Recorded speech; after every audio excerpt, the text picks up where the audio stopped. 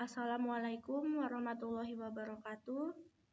Saya Kaila Ferisya Nurdi dengan NPM 2417051022 dari kelas A. Di sini saya akan menjelaskan proses pembuatan soal untuk tugas 10 mata kuliah teori bahasa automata. Jadi untuk tugas 10 ini materinya adalah Turing mesin. Di spreadsheet juga sudah ada materinya, ini Turing mesin. Nah, saya akan jelaskan. Jadi sejarahnya Turing mesin ini diusulkan oleh Alan Turing pada tahun 1936. Tujuannya ini untuk menjawab ini. Intinya menjawab problem solving gitulah. Jadi ada pertanyaan, adakah algoritma yang bisa nyelesain persoalan-persoalan matematika yang rumit gitu.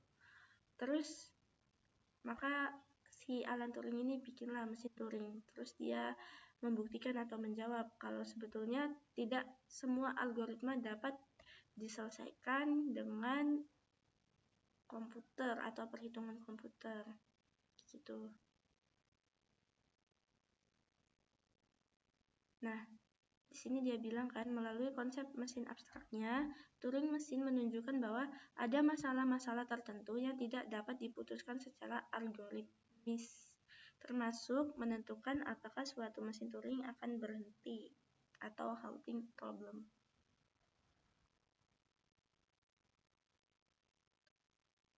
Nah, di sini sama aja seperti FSA dan PDA. Jadi mesin Turing itu bisa mengenali bahasa formal. Gitu.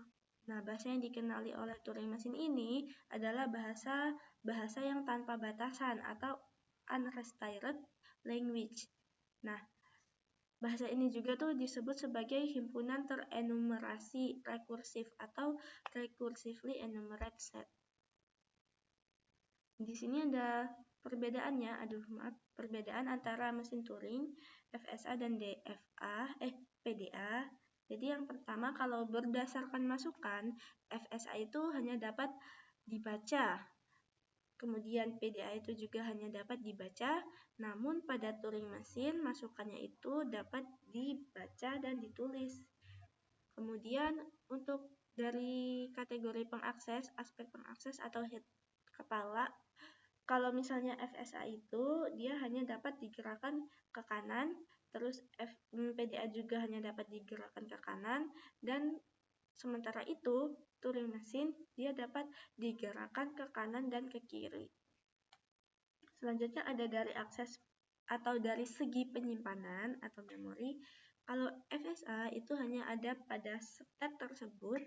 Kalau misal sementara PDA itu memori penyimpanannya dibantu oleh stack atau tumpukan, dan untuk Turing mesin sendiri penyimpanannya itu menggunakan pita atau tab yang berfungsi sebagai tempat penyimpanan yang tidak dibatasi pengaksesannya.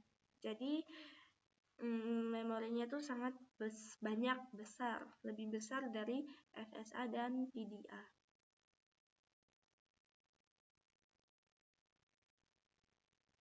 Nah, selanjutnya saya meminta bantuan ChatGPT untuk menjelaskan dan teman belajar saya. Nah, di sini ada cara kerja Turing mesin, ini versi simpelnya ya. Jadi yang pertama, yaitu membaca simbol di tab atau pita. Kemudian berdasarkan simbol tersebut, kita lihat berdasarkan simbol tersebut, state-nya itu berada di mana. Nah, ketika mesin pindah ke state lain, kemudian mesin menulis simbol baru, boleh tetap, boleh diganti, kemudian mesin akan menggerakkan head ke kiri atau ke kanan. Nah, setelah itu komputasinya akan berakhir ketika masuk state accept atau diterima, atau masuk state reject atau ditolak, dan atau mesin tidak berhenti atau infinite loop. Ini ada komponen-komponen dari Turing mesin. Ada Q, ini untuk simbol semua state. Kemudian ada sigma itu untuk simbol input. Ada ini untuk simbol yang boleh ditulis di pita. Juga aturan transisinya.